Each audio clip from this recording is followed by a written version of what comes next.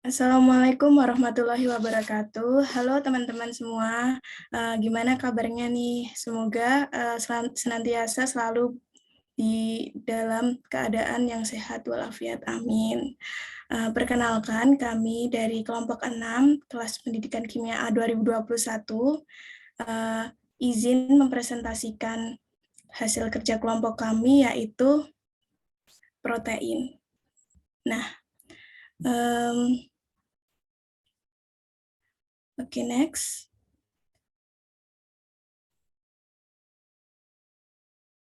Nah, di kelompok protein ini kita ada 7 orang, yaitu yang pertama Rifda Mutia Nurul Aini, Giovalina Amanda Reginasti, Devi Ana Puspitasari, Erni Kurniasi, Rizky Suraya Sundus, Afilia Perwati, dan Nur Syifa.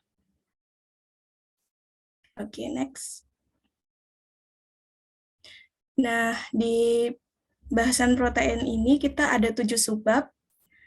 Yang pertama itu ada deskripsi, yang kedua struktur dan klasifikasi, yang ketiga protein primer, yang keempat protein sekunder, yang kelima protein tersier, yang keenam protein kuartener, dan yang terakhir denaturasi protein. Baik, untuk bahasan yang pertama yaitu deskripsi dari protein, akan dibahas oleh rekan saya.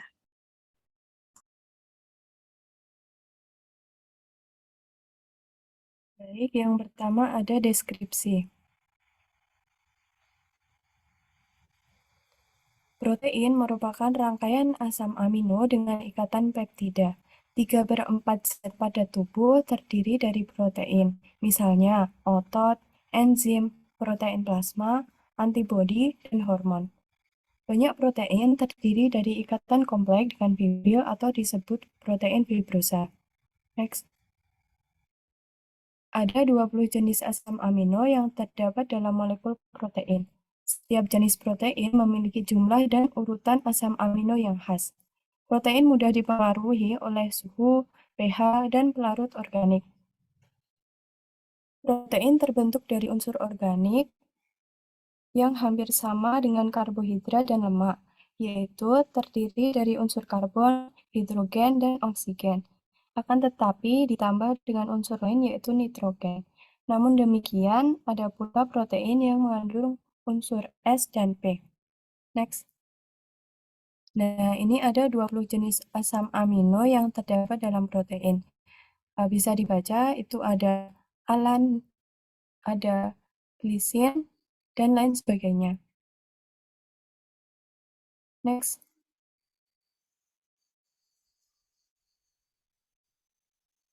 Nah, selanjutnya ada struktur dan klasifikasi yang akan dijelaskan oleh rekan saya yang lain.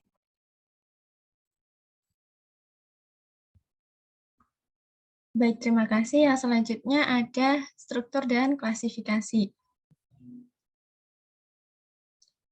Struktur protein yaitu struktur biomolekuler dari suatu molekul protein. Kemudian setiap protein, khususnya polipeptida, merupakan suatu polimer yang merupakan urutan yang terbentuk dari berbagai asam L-alfa amino atau urutan ini juga disebut sebagai residu. Suatu rantai yang panjangnya kurang dari 40 residu disebut sebagai polipeptida, bukan sebagai protein. Struktur protein sendiri bervariasi dalam hal ukuran dari puluhan hingga ribuan residu. Protein diklasifikasikan berdasarkan ukuran fisik mereka sebagai nanopartikel dari ukuran 1 hingga 100 nanometer. Sebuah protein dapat mengalami perubahan struktural reversibel dalam menjalankan fungsi biologisnya. Struktur alternatif protein yang sama disebut sebagai konformasi. Nah, ini ada gambar struktur protein ya, teman-teman. Yang sebelah kiri ini struktur primer, kemudian yang ini sekunder, yang ini tersier, dan yang terakhir ada struktur kuartener. Oke, klasifikasi dari protein sendiri utamanya itu ditentukan oleh jenis ikatannya. Kemudian pembagian struktur protein ada 4, yaitu yang pertama ada struktur primer. di mana struktur utama dari struktur protein primer ini hanya jumlah, macam, serta urutan asam amino yang membentuk rantai polipeptida. Kemudian pada struktur ini terdapat ikatan peptida dan tidak ada ikatan lain yang mengaitkan asam amino yang satu dengan asam amino yang lain. Kemudian pada rantai polipeptida itu yang ini ya teman-teman, jadi sepanjang ini itu disebut rantai polipeptida. Pada rantai polipeptida mempunyai kemampuan untuk membentuk banyak ikatan hidrogen, di mana berfungsi dalam pembentukan level protein yang lebih besar, dalam hal ini protein sekunder. Kemudian kenapa sih rantai polipeptida itu dapat membentuk ikatan hidrogen gitu ya?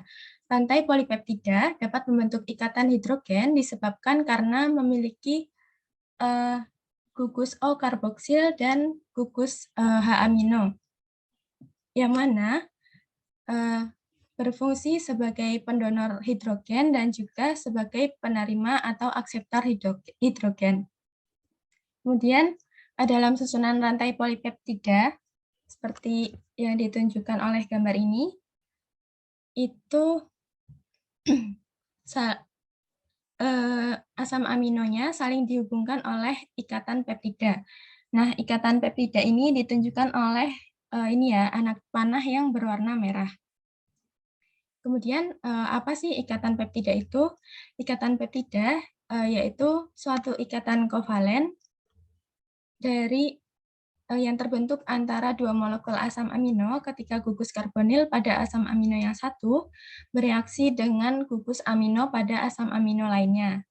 Kemudian proses yang terjadi pada pembentukan ikatan peptida ini disebut sebagai proses kondensasi, di mana terjadi proses pelepasan molekul air.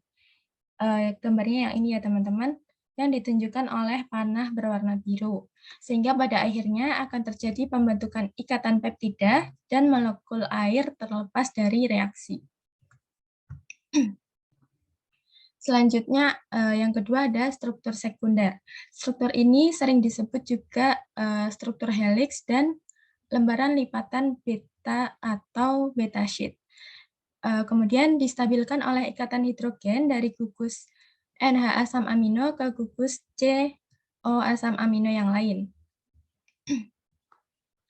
Yang pertama itu ada struktur alpha helix. Ini merupakan struktur yang terbanyak dalam protein. Struktur ini dihubungkan oleh ikatan hidrogen, terdapat pada tropomyosin atau protein otot, kolagen atau protein pada hewan, wol, albumin, serum sapi, deoksihemoglobin, dan insulin. Kemudian untuk penjelasan strukturnya nanti akan dijelaskan oleh teman saya yang lain. Nah, kemudian dalam protein sekunder itu juga ada lembaran lipatan beta atau beta sheet. Bentuk ini terjadi jika terdapat banyak molekul hidrofobik. Kemudian struktur ini juga dihubungkan oleh ikatan hidrogen dan lebih stabil daripada bentuk alpha helix, sehingga suhu denaturasinya tinggi. Kemudian terdapat pada beta-laktoglobulin, globulin kedelai, imunoglobulin, dan kimotripsinogen. Kemudian semua komponen dari ikatan peptida berpartisipasi pada ikatan hidrogen yang terdiri atas dua bentuk, yaitu ada paralel beta sheet atau dalam hal ini arah yang sama, dan juga ada antiparalel beta sheet atau berlawanan arah. Nah, ini untuk gambar dari struktur paralel yang beta sheet ya. Jadi kalau yang paralel itu arahnya sama. Kemudian yang selanjutnya ini gambar untuk antiparalel beta sheet, arahnya berlawanan. Kemudian yang ketiga ada struktur tersier. Struktur tersier ini terbentuk akibat adanya pelipatan rantai spiral atau wiru rantai polipeptida sehingga membentuk protein globuler. Bentuk protein globuler ini melibatkan interaksi antara residu asam amino yang mungkin terletak sangat jauh satu sama lain pada urutan primer rantai polipeptida dan melibatkan alpha helix dan juga beta sheet. Kemudian interaksi non-kovalen antara rantai sisi residu asam amino penting untuk menstabilkan struktur tersier dan terdiri dari interaksi hidrofobik dan juga elektrostatik, serta ada ikatan hidrogen. Kemudian jika digabungkan, berbagai macam struktur sekunder dapat membentuk struktur tersier protein. Bagian bentuk-bentuk sekunder tersebut dihubungkan oleh ikatan hidrogen, ikatan garam, ikatan hidrofilik, ikatan hidrofobik, dan ikatan disulfida. Untuk penjelasannya, ikatan disulfida ini merupakan ikatan yang terkuat dalam mempertahankan struktur tersier dari protein. Kemudian ikatan hidrofobik terjadi antara ikatan-ikatan non-polar dari molekul. Kemudian ikatan garam ini cenderung bereaksi dengan ion-ion yang ada di sekitar molekul. Kemudian ada ikatan elektrostatik atau ikatan garam antara gugus yang bermuatan berlawanan pada rantai samping asam amino. Dan yang terakhir ada ikatan hidrogen terbentuk antara residu pengikat pada rantai samping ikatan peptida asam amino. Ini untuk gambarnya ya teman-teman. Jadi di sini ada ikatan elektrostatik, ikatan hidrogen, ini ada interaksi hidrofobik, interaksi disulfida, yang ini ada interaksi hidrofilik, yang ini interaksi hidrofobik, dan yang ini interaksi hidrofobik. Selanjutnya yang keempat ada struktur kuartener, di mana dibentuk oleh 2 atau lebih rantai polipeptida yang saling dihubungkan ikatan elektrostatik dan ikatan hidrogen. Kemudian struktur kuartener ini sering disebut oligomer atau terdapat pada bagian-bagian pembentuk oligomer yang disebut protomer dan monomer. Gambarnya seperti ini ya teman-teman. Nah, ini untuk gambar struktur primer, sekunder, tersier, dan kuartener. Nah, ini primer, yang ini sekunder, tadi ada beta sheet dan alpha helix ya. Terus ini tersier, dan yang paling kompleks ada struktur kuartener. Oke, yang selanjutnya klasifikasi akan dijelaskan oleh teman saya. Silahkan.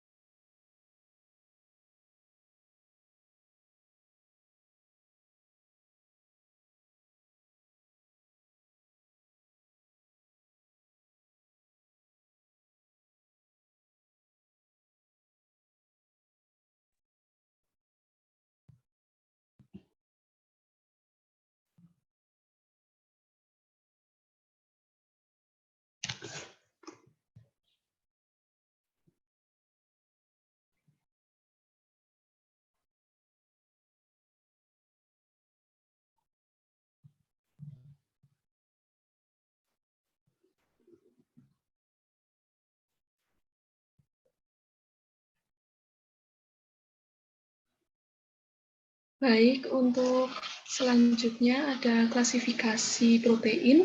Ada klasifikasi protein berdasarkan jenis ikatan, berdasarkan bentuknya, berdasarkan komposisi kimianya, dan juga berdasarkan fungsi biologisnya. Untuk yang pertama ada klasifikasi protein berdasarkan jenis ikatan. Yang pertama ada ikatan peptida yang merupakan ikatan antara CN yang merupakan hasil dari reaksi kondensasi antara gugus karboksil dengan gugus asam amino dari asam amino yang lain, atau disebut juga dengan gugus amida. Berikut merupakan contoh dari ikatan peptida yang mana ikatan gugus karboksil ditunjukkan dengan panah warna biru dan gugus amida ditunjukkan dengan warna panah hijau, sedangkan ikatan peptidanya ditunjukkan dengan panah warna oranye. Next.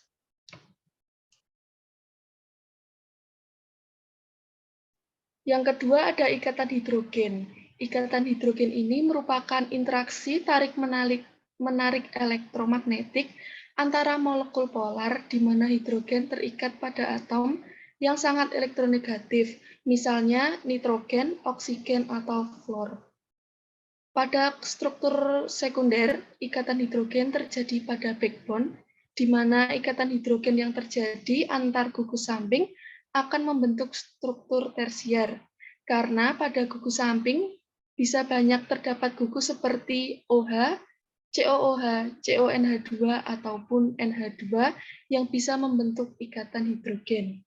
Berikut merupakan contoh ikatan hidrogen dari Serina, yang merupakan ikatan hidrogen ditunjukkan dengan panah warna merah.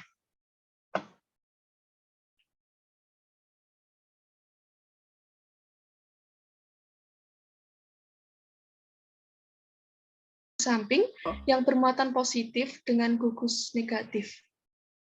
Gugus positif ditunjukkan dengan lingkaran berwarna ungu, sedangkan gugus negatif ditunjukkan dengan warna panah pink, yang merupakan contoh ikatan ionik dari lisin. Selanjutnya, next, ada ikatan hidrofobik. Ikatan hidrofobik merupakan ikatan kovalen yang menyebabkan polipeptida melipat membentuk konformasi yang alamiah. Ikatan hidrofobik terbentuk bukan karena tarik-menarik antara gugus nonpolar, tetapi disebabkan oleh sifat pelarut air. Next. Yang kelima ada ikatan disulfida. Ikatan disulfida ini merupakan ikatan tunggal antara S dengan S, yang mana muncul ketika gugus SH dari residu sistein berikatan secara kovalen sebagai ditiol melalui reaksi oksidasi. Ikatan disulfida ini menghubungkan dua unit sisteina. Berikut merupakan gambar contoh dari ikatan disulfida yang menghubungkan antara ikatan tunggal S dengan S. Next.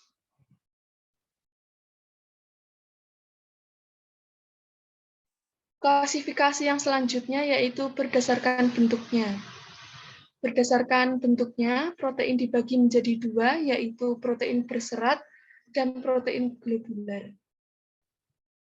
Protein berserat ini memiliki bentuk serabut yang tidak larut dalam air dan juga bersifat keras. Protein ini digunakan di alam sebagai bahan struktural. Contoh dari protein berserat ini yaitu terdapat pada kolagen dan juga pada keratin. Pada kolagen, protein pokok jaringan pengikat terdiri dari tulang, gigi, dan juga tendon. Sedangkan pada keratin yaitu protein pokok dari kulit, kuku, sayap, dan juga rambut. Protein kedua yaitu protein globular yang memiliki bentuk bola, biasanya digulung menjadi bentuk bulat yang padat. Protein ini larut dalam air dan bergerak di dalam sel, yang biasanya terdapat dalam enzim, albumin, dan juga globulin. Next. Klasifikasi selanjutnya yaitu berdasarkan komposisi kimianya.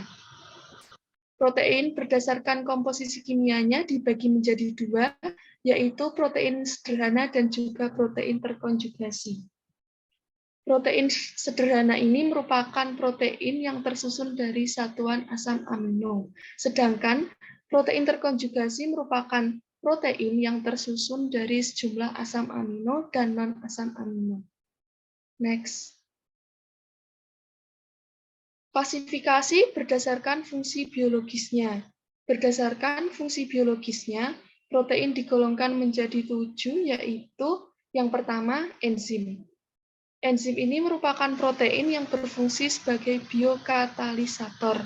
Contoh dari enzim ini yaitu enzim amilase, di mana mengubah lemak menjadi gula, ada enzim tripsin yang mengubah protein menjadi asam amino, maupun lipase yang mengubah lemak menjadi asam lemak dan gliserol. Yang kedua, protein transport. Protein transport merupakan protein yang berfungsi sebagai pengikat dan pengangkut. Contoh dari protein transport ini yaitu protein yang terdapat dalam hemoglobin, di mana berfungsi sebagai pengikat oksigen dari paru-paru dan membawanya ke jaringan kapiler. Next. Protein yang selanjutnya yaitu ada protein nutrien dan juga penyimpan. Protein ini merupakan protein yang berfungsi sebagai gudang makanan. Contoh dari protein nutrien dan penyimpan adalah protein yang terdapat dalam biji-bijian, beras, dan juga gandum. Selanjutnya ada protein struktur. Protein struktur merupakan protein yang berfungsi sebagai penyangga untuk memberikan kekuatan struktur biologis. Contoh dari protein struktur yaitu protein yang terdapat dalam rambut dan juga kuku. Next. Yang kelima ada protein pengatur, merupakan protein yang berfungsi sebagai pengatur aktivitas fisiologi atau seluler. Contoh dari protein pengatur ini adalah protein yang terdapat dalam hormon manusia. Yang keenam ada protein kontraktil, merupakan protein yang berfungsi sebagai memberikan kemampuan suatu sel dan organisme untuk bergerak ataupun mengubah bentuknya. Contoh dari protein kontraktil ini adalah protein yang terdapat pada miosin dan juga aktin yang berfungsi sebagai kontraksi otot. Next. Yang terakhir ada protein antibodi atau pertahanan. Protein antibodi ini merupakan protein yang berfungsi sebagai pelindung organisme dari serangan berbagai penyakit. Contoh dari protein antibodi ini adalah trombin, fibrinogen, dan imunoglobulin. Next, materi yang selanjutnya akan disampaikan oleh rekan saya yang lainnya. Baik, materi yang selanjutnya yaitu tentang protein primer. Next. Nah, pada tahun 1953, Frederick Sanger menentukan urutan asam amino insulin, suatu hormon protein. Hal ini merupakan peristiwa penting karena pertama kali memperlihatkan dengan tegas bahwa protein mempunyai urutan asam amino yang tertentu dengan tepat. Urutan asam amino tersebut yang kemudian dikenal sebagai struktur primer. Nah, selain itu juga diperlihatkan bahwa insulin terdiri dari hanya asam amino L yang saling berhubungan melalui ikatan peptida antara gugus amino alfa dengan gugus karboksil alfa, di mana ini strukturnya. Nah, untuk amino alfa di sebelah sini, sedangkan ikatan peptida ini yang terbentuk di sebelah sini, kemudian gugus karboksil alfa ini yang sebelah sini. Next. Oke, selanjutnya pada protein, gugus karboksil alfa asam amino terikat pada gugus amino alfa asam amino lain dengan ikatan peptida yang disebut juga sebagai ikatan amida. Nah, pada suatu pembentukan di peptida yang terdiri dari dua asam amino yang terjadi pengeluaran suatu molekul air. Nah, suatu molekul air ini kemudian terdiri dari dua asam amino yang terjadi pengeluaran suatu molekul air.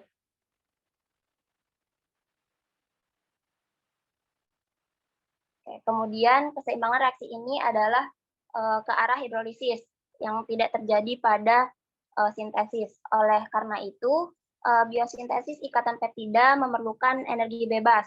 Nah, sebaliknya, hidrolisis ikatan peptida secara termodinamika bersifat eksergonik.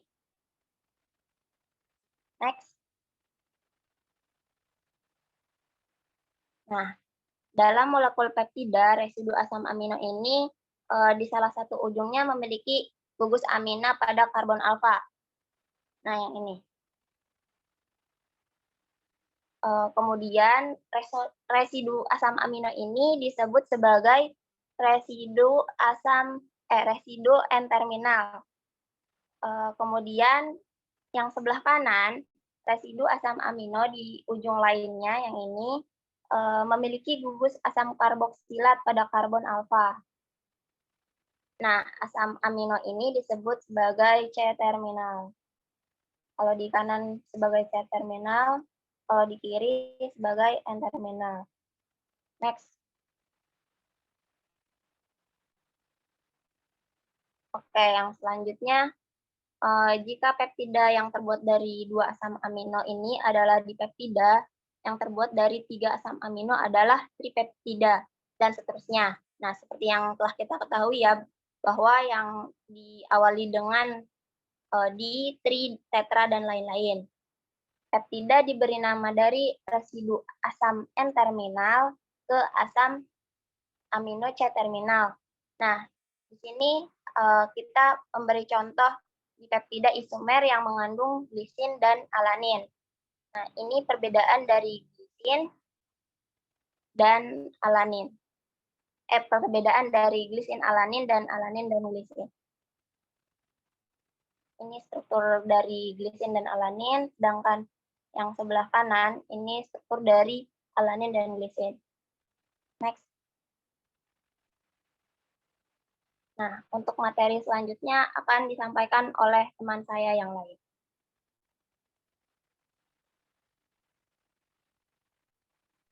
Baik, untuk yang selanjutnya yaitu protein sekunder, boleh dilanjut. Pada tahun 1951, Pauling dan Corey mengemukakan 2 struktur polipeptida yang disebut helix alfa dan lembar berlipat beta. Struktur ini berhubungan dengan pengaturan kedudukan ruang residu asam amino dalam urutan linear. Helix alfa sendiri artinya helix alfa merupakan struktur berbentuk batang, rantai polipeptida utama yang bergelung membentuk bagian dalam batang dan rantai samping mengarah ke luar dari helix.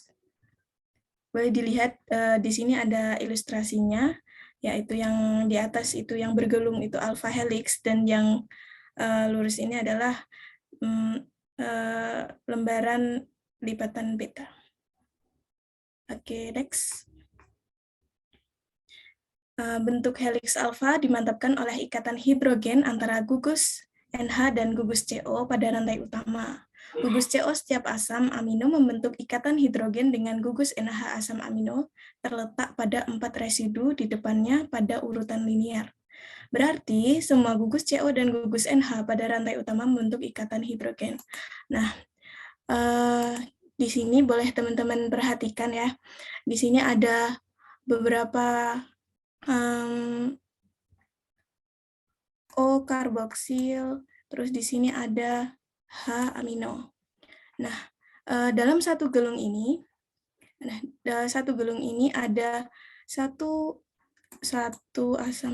asam amino pertama, asam amino kedua, dan asam amino ketiga. Untuk asam amino keempat sudah masuk ke gelung berikutnya. Nah, untuk itu dalam satu gelung itu terdapat sekitar 3,6 residu asam amino dengan jarak 5,4 Armstrong atau 540 pikometer. Nah, protein sekunder itu kan terbentuk dari O-karboksil dan H amino. Nah, di sini itu disebut ikatan hidrogen.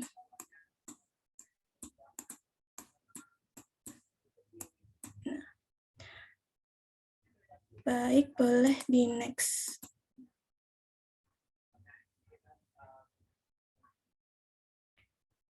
Nah, tiap residu asam dengan residu berikutnya sepanjang aksis helix mempunyai jarak 1,5 Armstrong dengan rotasi 100 derajat.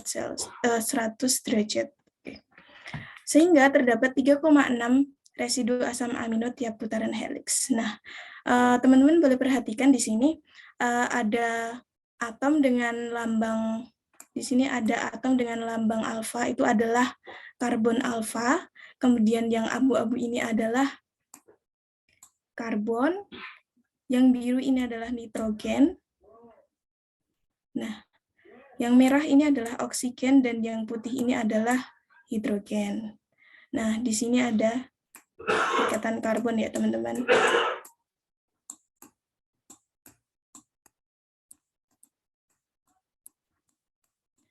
Nah, dalam satu gelung rantai utama dari struktur helix alfa ini, kalau dibentangkan akan jadi struktur yang di sini ya, teman-teman. Boleh diperhatikan. Di sini ada 1, 2, 3. Nah, di sini ada 3 asam amino. Nah, ini adalah O-karboksil, dan di sini ada hidrogen amino. Nah, ikatan hidrogen itu dari sini ke sini. Oke. Nah, ini jaraknya adalah 5,4. 5,4 Armstrong. Oke. Boleh di next.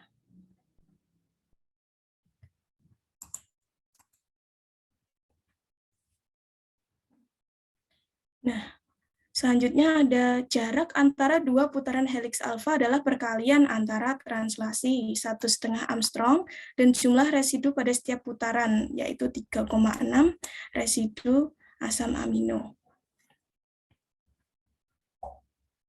Nah, untuk itu, jarak dalam satu gelung itu ada 5, Armstrong. Kemudian, arah putaran helix sendiri itu seperti skrup, yaitu bersifat ke kanan ya teman-teman, ke arah kanan seperti arah jarum jam. Yang ini ya teman-teman boleh diperhatiin di sini, ini arahnya ke kanan. Nah untuk yang ini itu arahnya ke kiri. Nah, untuk helix sendiri itu arahnya ke kanan. Yang ini. Ini ya, teman-teman, boleh diperhatiin untuk struktur yang ini. Baik, boleh di next. Nah, selain alpha helix, di sini ada lembaran berlipat beta. Pauling dan Corey menemukan corak struktur periodik yang lain yang dinamakan lembar berlipat beta. Disebut beta sebab merupakan struktur kedua yang mereka temukan, sedangkan helix alpha sebagai struktur pertama. Jarak aksis antara asam amino yang bersebelahan adalah 3,5 Armstrong, sedangkan pada helix alpha adalah 1,5 Armstrong. Yang ini bisa dilihat, yang ini adalah struktur betasit ya teman-teman. Nah, di sini betasit itu strukturnya anti sejajar atau bisa dikatakan nih naik turun. Nih, naik turun ya teman-teman. Nah, ini bentuknya tuh kalau diilustrasikan dengan 3D itu bisa kayak kalau kita membuat kipas gitu. Terus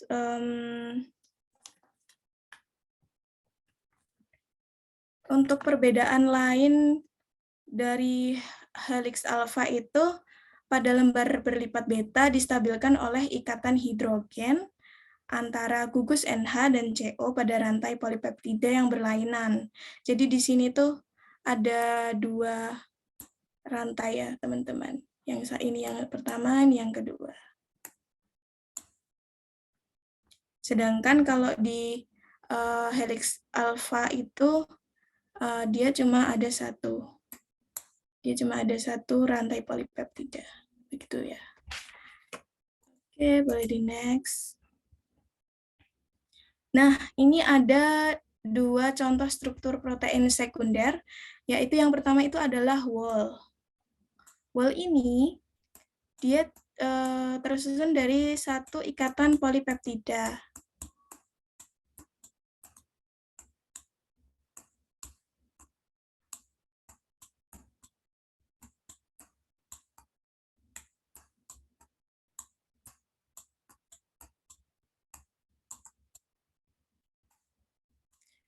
Nah, ini adalah alpha helix.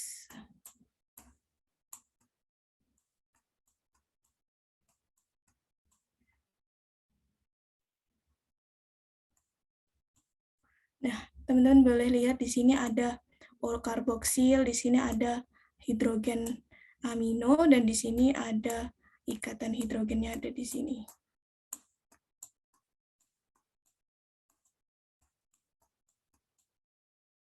Nah, ini kan arahnya ke kanan ya, ke kanan. Berarti searah jarum jam, yaitu dia adalah alpha helix. Nah, untuk yang kedua ini adalah silk. Silk itu adalah sutra. Nah, ini adalah strukturnya. Dia adalah betasit ya, teman-teman. Strukturnya.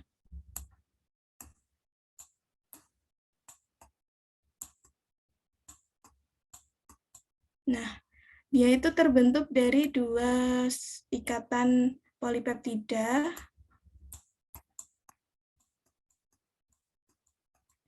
Nah, di sini yaitu yang ikatan yang pertama yaitu yang ini, dan yang kedua yang ini.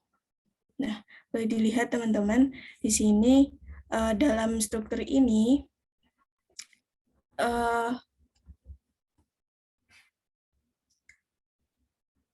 kalau dibandingkan dengan alpha helix, kalau alpha helix kan R-nya itu tuh berada di sisi luar ya teman-teman. Boleh dilihat di sini, dia ada di luar, karena agar dia itu tuh memiliki ruang yang luas gitu teman-teman, dan tidak crowded di dalam alpha helix. Terus kalau di betasit itu dia nggak bisa, R-nya itu nggak bisa di luar semua, jadi R-nya itu biasanya kecil, seperti contohnya seperti alanina dan glisina, begitu teman-teman. Nah, ini R-nya ya, ada yang di dalam, ada yang di luar. Oke, next itu adalah penjelasan dari protein sekunder.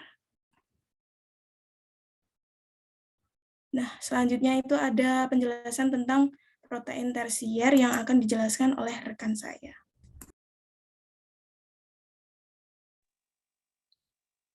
Oke, teman-teman, sekarang kita akan membahas mengenai protein tersier. Jadi, protein tersier sendiri merupakan protein yang terbentuk akibat adanya ikatan pada rantai samping atau gugus R yang posisinya berjauhan, sehingga akan menggambarkan struktur 3 dimensi sederhana dari rantai polipeptida.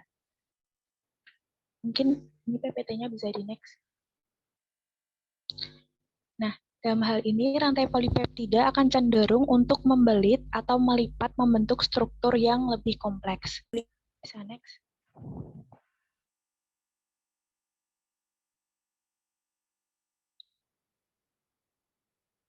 Interaksi hidrofobik sangat penting bagi struktur pada suatu protein. Nah, asam amino hidrofobik cenderung berikatan di bagian dalam protein globuler, tempat asam amino tidak berkontak dengan air, sedangkan asam amino hidrofilik biasanya terletak di permukaan protein, tempat asam amino berinteraksi dengan air di sekelilingnya. So, next. Nah, ini ya teman-teman, di samping itu ada gambar dari struktur protein tersier yang lebih sederhana ketimbang gambar pada slide pertama yang tadi. Nah, pada gambar tersebut ada beberapa ikatan atau interaksi-interaksi yang terlibat pada pembentukan protein tersier ini. Yang pertama itu ada interaksi hidrofobik. Nah, umumnya itu protein dalam tubuh kan berada dalam lingkungan berair, sehingga akan memberikan efek yang akan mempengaruhi bentuk protein, terutama bentuk tersiernya. Nah, efek tersebut itu namanya ada hidrofobik dan hidrofilik.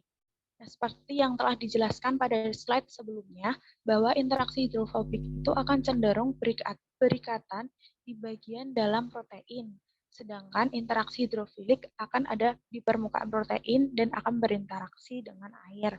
Nah, dapat diartikan bahwa interaksi hidrofobik ini terjadi antara asam amino nonpolar yang saling berikatan. Kemudian yang kedua ada namanya itu ikatan disulfida. Nah, yang ikatan hidrofobik tadi ditunjukkan dengan itu ya teman-teman, ada di blok yang diwarnain pink. Nah, yang kedua itu ada ikatan disulfida.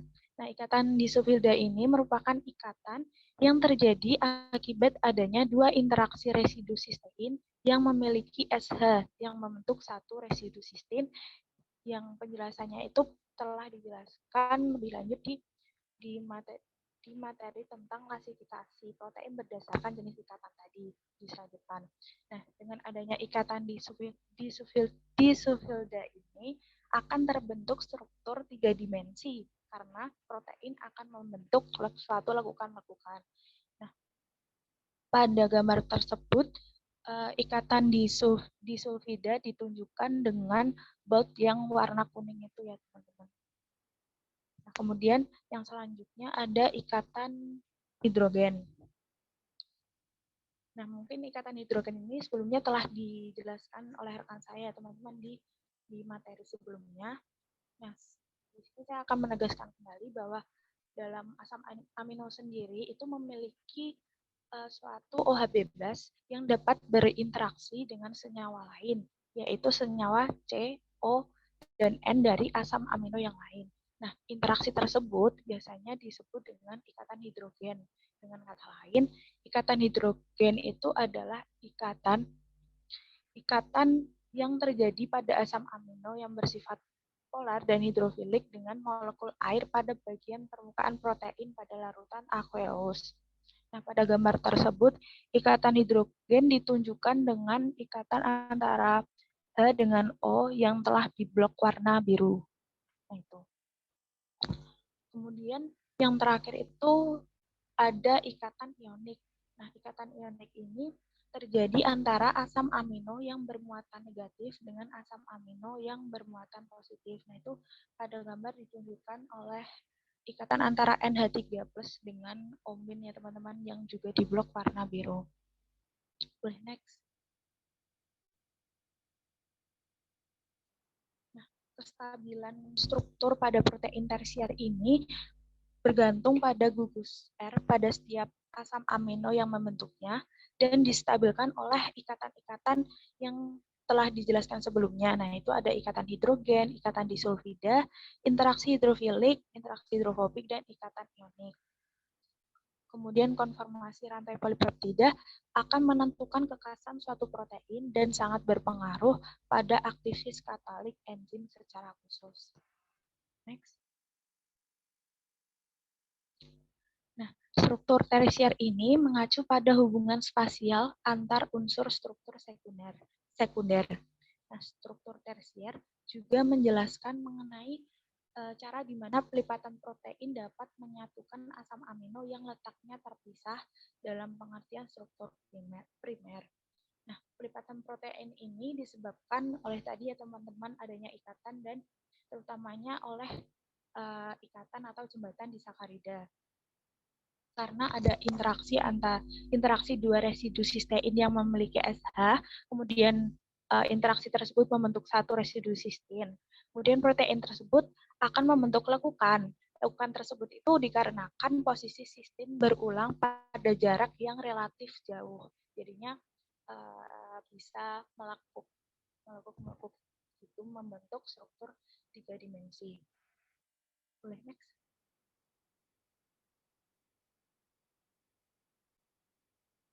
Nah, struktur tersier sendiri menggambarkan rantai polipeptida yang mengalami folate. Folate itu pelipatan ya teman-teman, seperti yang sudah saya jelaskan di slide sebelumnya. Dan beberapa polipeptida yang Melipat tersebut terdiri dari beberapa protein globular yang berbeda yang dihubungkan oleh residu asam amino. Nah, unit tersebut itu dinamakan dengan domain. Nah, protein globular tersebut melibatkan interaksi antara residu asam amino yang mungkin terletak sangat jauh satu sama lain pada urutan primer rantai polipeptida dan melibatkan alpha helix dan beta sheet yang telah dijelaskan oleh teman saya sebelumnya. Next.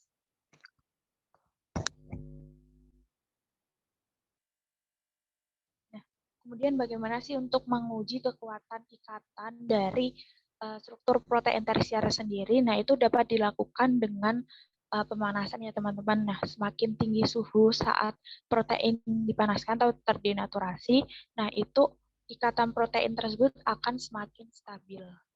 Next. Selanjutnya, materi selanjutnya akan dijelaskan oleh teman saya.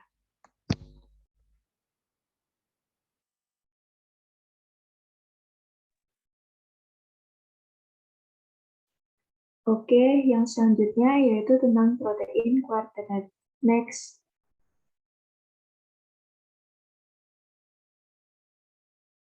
Nah, jadi pada struktur protein kuartenet ini, molekul protein ditunjukkan tidak dalam satu untayan, melainkan beberapa untayan. Seperti pada gambar struktur protein di samping, di situ terdapat ada beberapa untayan yang terdiri dari struktur alpha helix dan juga beta sheet. Next. Protein kuartener sendiri menggambarkan pengaturan subunit protein dalam ruang. Protein dengan 2 atau lebih rantai polipeptida yang terikat oleh kekuatan non-kovalen akan memperlihatkan struktur kovalen. Dalam protein multimerik ini, masing-masing rantai polipeptida disebut protomer atau subunit. Subunit tersebut disatukan oleh jenis interaksi non-kovalen yang sama yang berperan dalam struktur tersier, yaitu interaksi elektrostatik dan hidrofobik serta ikatan hidrogen. Protein yang tersusun dari 2 atau 4 subunit masing-masing ini disebut sebagai protein dimerik atau tetramerik. Next. Nah, jadi struktur protein kuartener adalah struktur keseluruhan protein yang merupakan agregasi dari subunit-subunit polipeptida atau struktur tersier. Struktur ini melibatkan beberapa rantai polipeptida. Contoh dari struktur kuartener pada protein seperti pada protein globular lengkap yang tersusun atas 4 polipeptida. Contohnya ada pada gambar di bawah itu ya teman-teman. Kemudian untuk hemoglobin merupakan salah satu jenis protein globular yang terdiri atas 2 subunit polipeptida berbentuk alpha helix dan juga 2 lainnya berbentuk beta sheet. Setiap subunit terdiri atas non-polipeptida yang disebut dengan hem dan 1 atom besi yang mengikat oksigen. Next.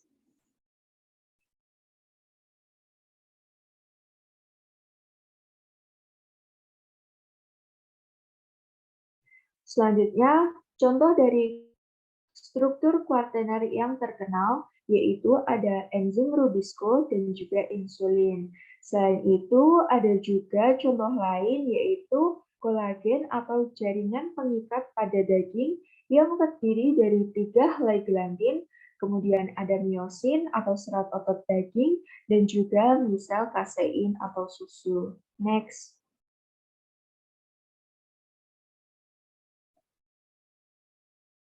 Nah, berikut ini adalah gambar dari enzim Rubisco dan juga insulin. Next. Nah, selanjutnya kita akan membahas tentang denaturasi protein. Next.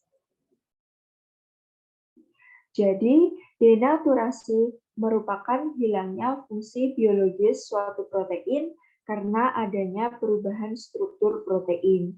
Denaturasi protein dapat terjadi karena adanya pengaruh pemanasan, penambahan asam, penambahan basa, penambahan garam, dan juga agitasi mekanik.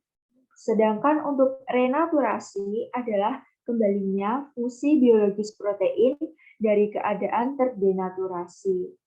Nah, di sini ada gambar proses denaturasi dan juga renaturasi. Untuk denaturasi, awalnya dari normal protein, kemudian ke denaturat protein. Sebaliknya, untuk renaturasi dari denaturat protein ke normal protein. Next. Nah, di sini ada gambar denaturasi dan juga renaturasi protein. Denaturasi dan renaturasi protein ini sama-sama ada aktif protein dan juga inaktif protein.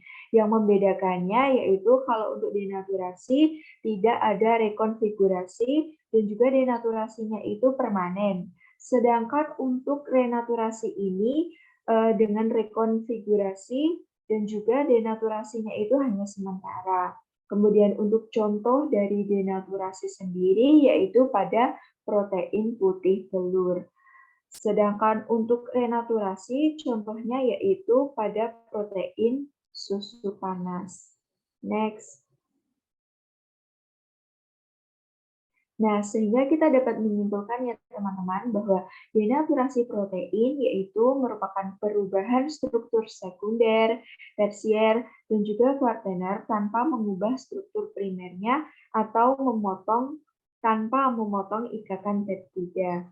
Nah, sisi negatif dari denaturasi ini yang pertama ada protein kehilangan aktivitas biologi, kemudian pengendapan protein, dan juga protein kehilangan beberapa sifat fungsional. Kemudian untuk sisi positif dari denaturasi sendiri, yaitu denaturasi panas pada inhibitor tripsin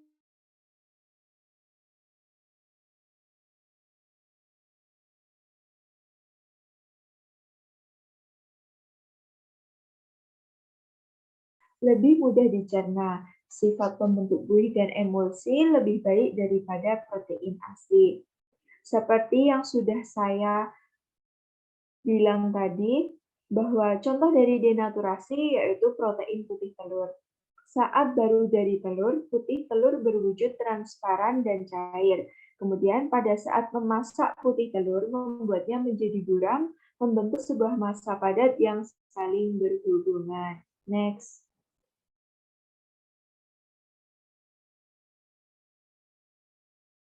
Oke, selanjutnya kita masuk pada kuis time ya teman-teman. Untuk pembacaan kuisnya akan dibacakan oleh teman-teman saya.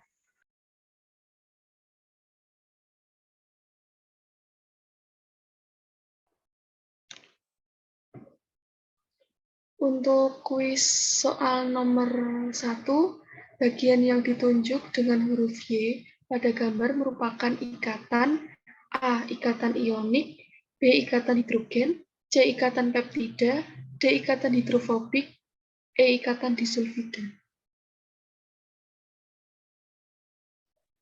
Oke, selanjutnya kuis yang nomor 2 ada bagian yang ditunjuk oleh huruf X merupakan struktur dari protein yang A primer, B sekunder, C tersier, D kuartener, dan yang E sederhana.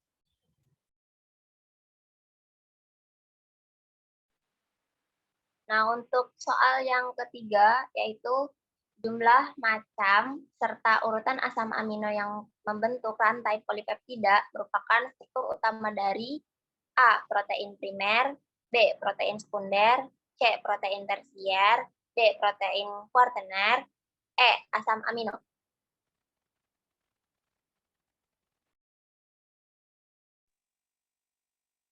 Untuk kuis nomor 4, yang merupakan struktur protein tersier ditunjukkan oleh nomor A1, B2, C3, D4, E tidak ada. Selanjutnya untuk soal nomor 5, di situ terdapat gambar. Nah, gambar di atas merupakan contoh struktur protein kuartener yaitu A. Insulin, B. Myosin, C. Misel kasein, D. Rubisco, dan E. Kolagen.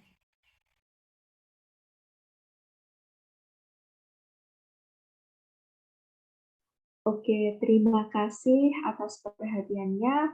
Mohon maaf bila ada kekurangan dalam penyampaian materi dari kelompok kami. Terima kasih atas perhatian dari Prof. Handayani dan juga teman-teman. Jangan lupa ya teman-teman untuk menjawab quiz time yang ada pada video tadi. Jawabannya quiz time dapat ditulis pada kolom komentar dengan menyertakan nama dan juga NIM. Kemudian kami juga membuka 3 slot pertanyaan. Pertanyaan tersebut dapat dikirimkan melalui grup teori SRSO. Semoga materi yang kami sampaikan bisa dipahami. Terima kasih atas perhatiannya. Wassalamualaikum warahmatullahi wabarakatuh.